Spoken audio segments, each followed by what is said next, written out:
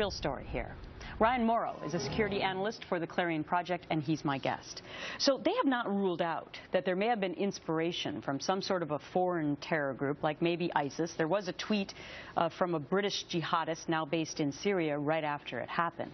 But you have a different theory, don't you? You don't think it had anything to do with this convention?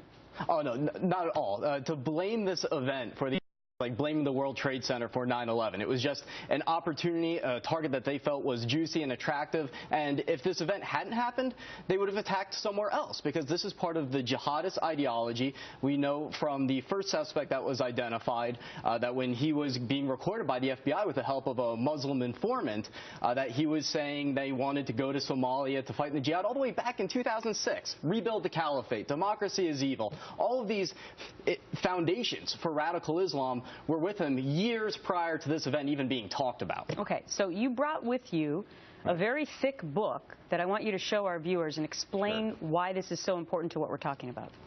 The reason is because when the FBI recorded this individual and he was talking about implementing Sharia law as a form of governance and rebuilding the caliphate, that was before ISIS even was declared. And so you can't even necessarily blame just ISIS for this. It's a greater ideology. And this book, Reliance of the Traveler, is an official manual of Sharia law, and it was endorsed by Al-Azhar University. That is the most prestigious Islamic school in the Muslim world. It's also certified by a Muslim Brotherhood-linked group in Virginia. So the ideology that forms these premises are widespread, and unfortunately you can find this book even in mosques around the world, even in the United States. Because part of it's written in English as well. All right, now what do you think that Muslim groups need to do when something like this happens today?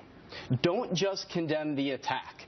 What you have to do is, first of all, don't draw any moral equivalence between those that were holding the event, even if you disagree with their conduct, and the attackers. That is designed to make you miss the ideology. But you have to go after the premises. Is it right for Muslims to want to destroy Israel, rebuild the caliphate, implement Sharia as a form of governance? And if you cannot stand against those, then you are not a moderate. Very interesting. Ryan Mauro, thank you so much. Thank you. Warren Buffett